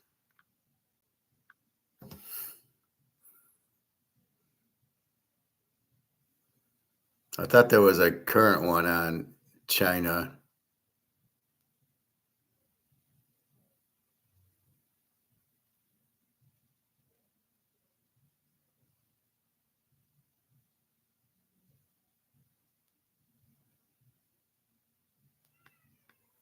Anyway, I watched one on China crashing, but I don't know where it went to. I thought I liked it, but I guess not. Anyway, so July 1st is Tuesday, I guess, or when. I don't know if there's 31 in June or not. I don't think so. Jan, Feb, March, April, May. No, there's 30 days in June. So the 1st is Tuesday, and we'll see Basel III go in. If the U.S. accepts it or not, it doesn't matter. They're finished. COMEX is done. Gold and silver should start taking off. We'll see when exactly, but it should be soon.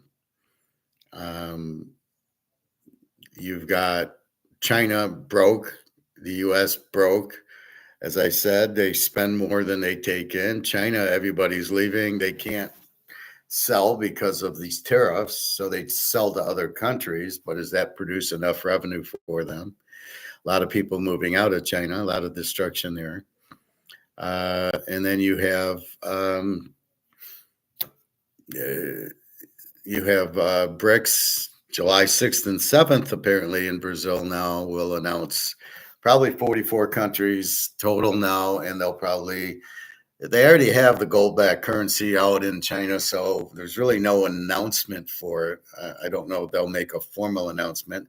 I think they're just doing what they're doing, and the same thing with Russia. They'll start with the gold-backed currency. Trump's crying because he realizes the U.S. dollar is dead. The U.S. is dead. He's fucked us all.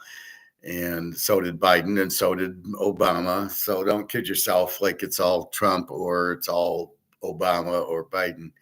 They all fucked us. They spend more than we make. You can only print the dollar so long before the dollar goes out, and the dollar's out. The dollar has no value.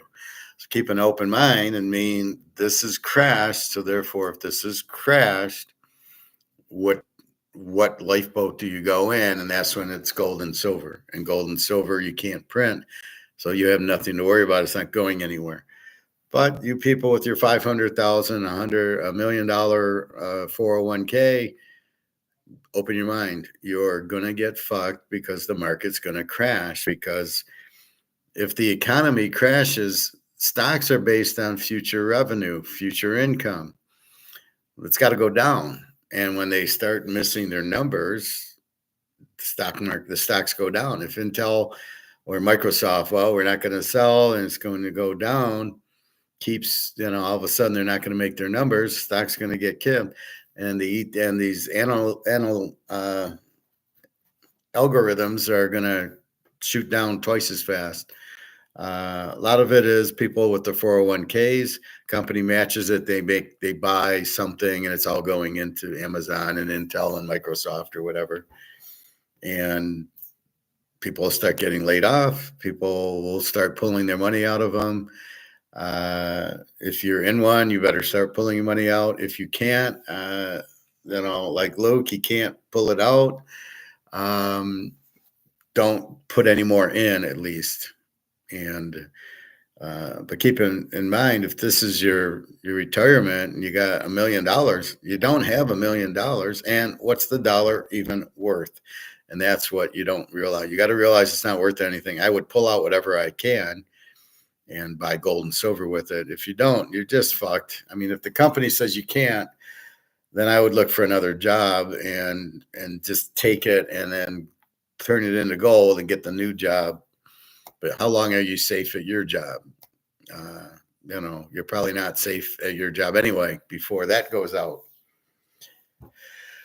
Anyway, so that's what it is. I will go through the Big 12 later today. I can swim till 4:30, so I usually get there about 3-ish today. Swim till like 3:15 to 4, ride the bike a little bit.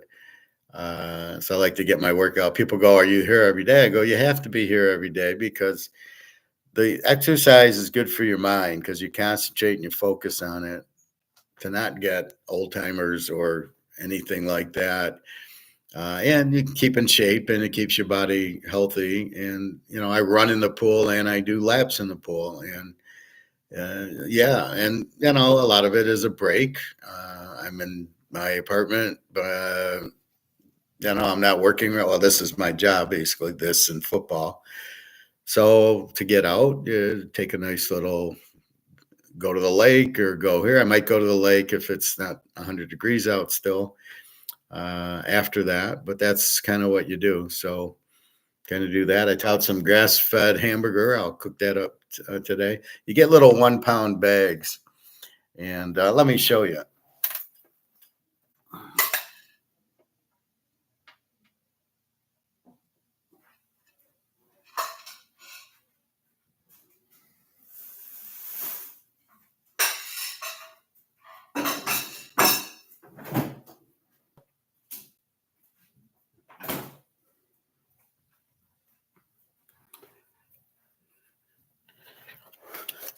So this is actually 100% grass-fed and finished ground beef, 92.8. I don't really care about the fat. It's fine to have some fat. That doesn't hurt you. That's what it is. So I'll take this out and I will make about 4 hamburgers, maybe 3 or 4. And I will eat my hamburgers. They taste very similar to the way regular hamburgers. They just don't have the hormones in it because the cows are just grass-fed. Hopefully, if they can be honest, that's what you're buying. This is like $8 a pound. Okay, I can get for $6 a pound at the other grocery store for regular hormone beef. So it's a couple dollars more, although they had a 3-pound one for $7. So I thought that was pretty much in line. So, I make a lot of chicken. And so here's a little break, but I'll have grass-fed hamburger instead of regular hamburger, which is much healthier. You really want wild salmon if you can, and then you want chicken that's not in a fucking school where they just put them all together, and it's very unhealthy. So I don't know where you get regular chicken versus farm chicken or whatever they call it. Even to get wild salmon is, if you can find it, and it's probably very, very expensive. So I tend to get regular salmon, but it's not necessarily farmed. If I see it non-farmed, I will get the salmon. Do you prefer wild? But if you get a decent price on it. So again, that's your choice. So at least the farm, and the steaks are very expensive because they're not like a pound of New York strip for, it's like 10 ounces of New York strip for $16, not a pound.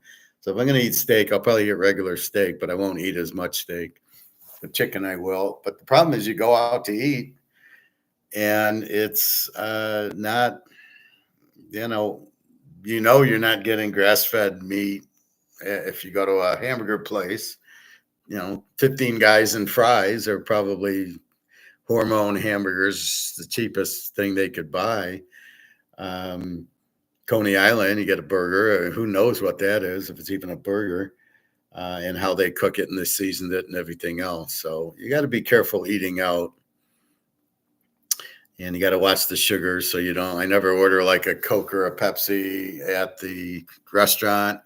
Occasionally a diet, but I really would prefer a Diet 7-Up with no caffeine, or a Diet Sprite, but they don't seem to have it. They just have regular. These people that do these orders are not thinking about what they're doing. The caffeine's bad for you and the sugar's bad for you. So they do carry Sprite. They should carry a Diet Sprite. I don't know why they don't. They have Coke and Diet Coke or Coke Zero and a Sprite, but those are caffeine. And okay, the Coke Zero's got no sugar, but it's got caffeine in it. So you're really trying to avoid caffeine if you can. So it's just a lot. Like I get coffee now, it's caffeine free. If I do get green tea, I try to get caffeine free of that. But whatever. But you got to be careful what you're eating. Anyway, I did watch the doctor on the heart thing. It's all the same.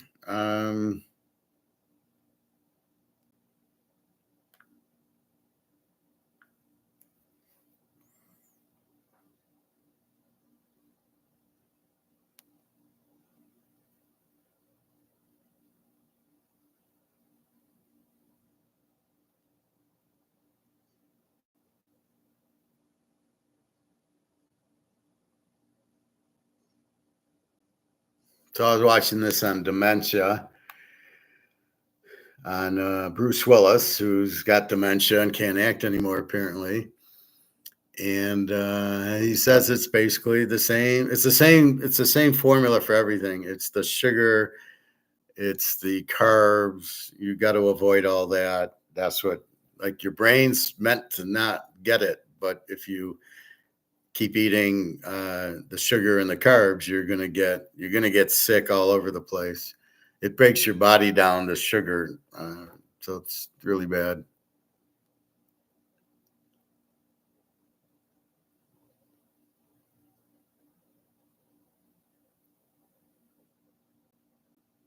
Then we saw them. All the airlines are leaving. All the foreign airlines are leaving. It's a deceiving thing because it says airlines dump America. Everyone is leaving, and it's okay. Air Canada, let's say, are they really leaving? I don't know. People aren't traveling to the U.S. I don't know what's going on because I don't see an issue living here that you can't. You can go to Vegas. It's not unsafe. It's expensive, but there's no reason not to go to Florida or New York. They just got a mayor who's a nut, but I probably wouldn't go to New York. California, you got to be careful. But if you're going to Disneyland or Universal, you can probably still go. The hotels are going to be safe. It's people living and driving around there are crazy.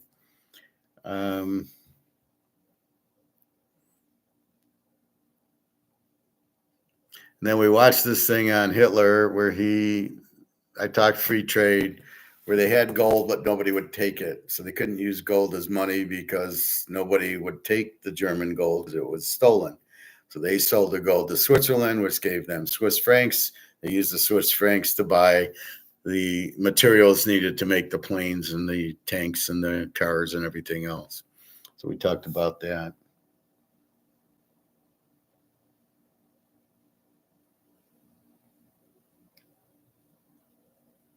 So we got a lot of problems here. We're bankrupt because we're not getting money in, and the money that we should be getting in, like in tourism, which is taxes, we're not getting in. So we're basically fucked here, and you can't print your way out of it. You don't print your way out of inflation. You don't inflate your way out of the debt. You don't print $37 trillion and say, here it is. You can't do that. The only way you can do it is to buy gold and then let the gold price run up. So if they went and bought 100 tons of gold and then made the gold price $20,000, they could pay off the debt that way. That's the only way. You need gold to pay off the debt, but we don't have any gold. So are they trying to keep the price down so we can buy some? Well, if you're waiting until now to buy it, you've already lost. I mean, we were buying at 1,800, and if you're trying to buy at 3,400 now, you're fucked. You'll still make money because it'll still go to 5,000 to 10,000, but you missed the point. Anyway, so we'll look at the Big 12 baseball again. We'll go through the games, the picks. Philadelphia under 8.5, the Yankees under 10.5, Tampa Bay, the Cubbies under 8, Miami over 9, and Detroit. Everything's 2 units, but the Yankees are 3. You can go 5 or 6 on the Yankees if you want. They are on I don't know, I think it's 12 or 13 game streak where they've stayed under the number. Just betting them under, you've won. I know the whole week last week I won. Let's see. So I don't know if I bet them under the week before. 620 Yankees under, but I don't know if I won. 619 the Yankees under 10, 1. 618 the Yankees under 9, 1. 617 the Yankees under 9, 1. 616 the Yankees under 8.5, 1. 615 the Yankees under 8. So from 615 to 630, that's 14 days they've won. 614 the Yankees. I just played the Yankees. I didn't play them under. And I don't know what happened on 613. I didn't play the Yankees under. I didn't play the Yankees. I played the Mets. I got to play the Yankees. I must have played whoever they played. And on 612, I don't show the Yankees. 611. No, I don't know what I did. Looks like 610 was the last time that they went under 8.5 and lost. 610. So it's 20 games almost going under, winning.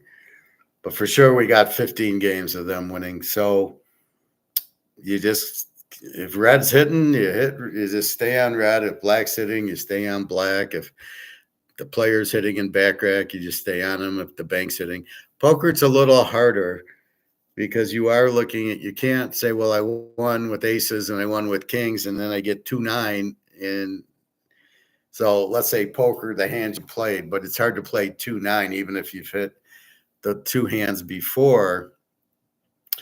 You know, and you could probably flop 2-9 and win with that, and you're hot. But you want to be on your streak, batting streaks, pitching streaks. You want to respect the streak. So maybe we start looking at that in baseball, trying to figure out the streaks and betting the streaks instead of trying to bet the starting pitchers. Maybe that's what we're doing. So right now we've got the Yankees under streak going, and we'll keep an eye on other streaks. So I've got to analyze a little bit more of what's been going on. Normally, I'm pretty good to catch if the team's hitting or not. And I can catch good pitchers, like Ranger Suarez is pitching better. Dylan Cease was pitching better. Not anymore. Verlander's not pitching good. We'll keep an eye on him. Max Fried is pitching very well, winning most of them. So we normally catch the pitchers because, like Scanes, he's pitching very well, but his record is terrible. They're not hitting for him, but he's still giving up 1 or 2 runs a game. So those we kind of are keeping an eye on anyway, because we do look at the pitchers every day. It's these over-unders that I do notice. But like Detroit, they lose 4-1 and then they win 10-4. Well, that's Detroit. Who the hell knows? That's why today they got Skubal. They should win, but it's no guarantee. Minnesota beat them the first game 4-1, keeping them to 1 run. So it's, you know, you got to be careful with that. So I think that's about it. Questions or comments, let me know. www.teaserking.com. You get my email if you want to touch base. Or we got it here. See, today I had no internet misses where I did yesterday twice. You know, I apologize, but I can't control the internet. People say, well, plug it right in. Well, I don't need to today. So I don't know what goes on. I know we lost power yesterday and the internet was out for a while and came back. So maybe they were still dicking around with the internet when I was doing class. Anyway, football coming up about a month. We got our Gray Sports Almanac for college. So I will definitely do the Big 12, which is now the 16 teams.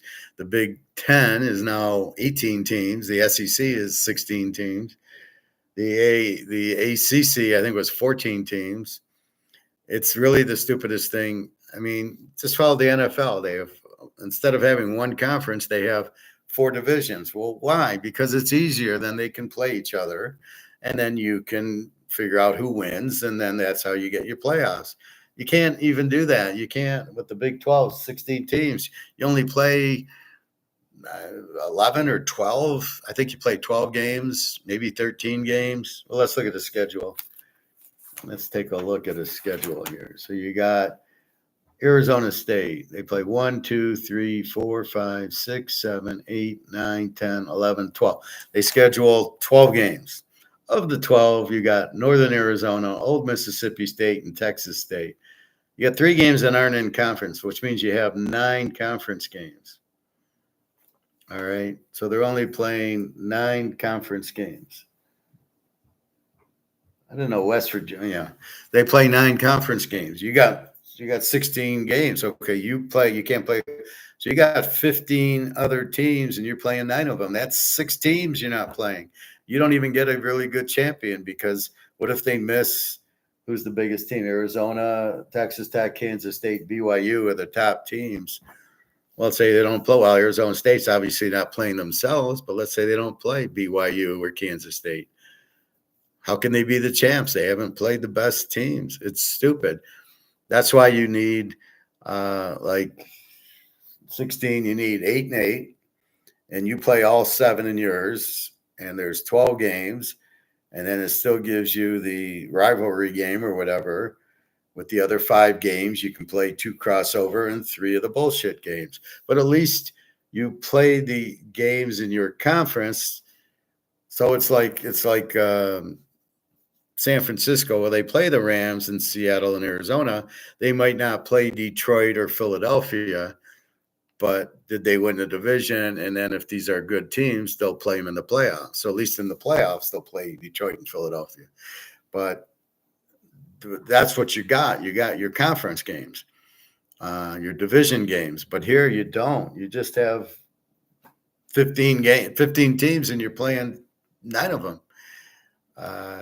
Yeah, it's ridiculous. You can't really get a good grasp, especially this is where I argue schedule. Michigan has a nothing schedule, but Alabama and Georgia have a huge schedule, and Texas and Ole Miss, Tennessee, they play, and everybody plays each other. And that's what's very difficult about figuring out a playoff format. And the playoff format was terrible last year. Oh my God. I mean, you're giving buys to Boise and Arizona State. Wow. Okay. And then you're playing home fields. Really stupid thing. Anyway, we'll go through that later. And I'll make my hamburger after swim. And I got a little General Chow left from yesterday. I'll eat that for lunch. And in the meantime, it's a lot of China and the U.S. and tariffs. Nobody's got military to do a war. Russia's really the only team with the military. China's got no military. They can't afford it. They're broke, as is the U.S. They've given all their weapons to the Ukraine, and they've sold them to whoever. They've sold them to the Mexican cartel. They've sold them to Iran. I mean, it's a joke. We're giving weapons to our enemies. I don't know what happened in Israel. I don't know what's going on there. I've heard Israel's controlling the U.S. with their lobbyists. You got to kill the lobbyists, but nobody will kill the goose laying the golden egg. And that's the problem with government. You need a second government to compete. It's the only way. If we understand economics and we understand monopolies, as we do, the only way to run anything is with competition. You should not have one president. You should not have a CEO running your company. You should have 2. You should have 2 CFOs. You should have 2 divisions competing against each other to come out with the best product. That is the only way you should run a company like GM or Ford. Ford's fucked because if your name isn't Ford, you're not going anywhere. You're not running the company. But if the guys named Ford aren't intelligent enough, what's the point? I mean, they're not gonna. That's why they run such a bad company. They don't. At the end of the day, Ford has to approve it, and he's unqualified to. So that's why they are just a terrible company. Anyway, that's what's going on. So enjoy your Sunday, and we will see. So take care. You got the games in baseball. We'll do football later. Anyway, www.teaserking.com. Have a good day. Enjoy the weekend. Just relax. Not too much sugar, not too much carbs. Careful with that. I mean, if you have a piece of cake and some alcohol today, fine. Just be careful then. Tomorrow you don't. Or, that's kind of how you modify it. Too much of anything will hurt you, and I don't want anybody getting hurt. So enjoy yourself and have a good day. Again, www.teaserking.com. Go Yankees, go under. Keep going under for a couple more months. We got till October. All right. Take care, everybody. Have a good day.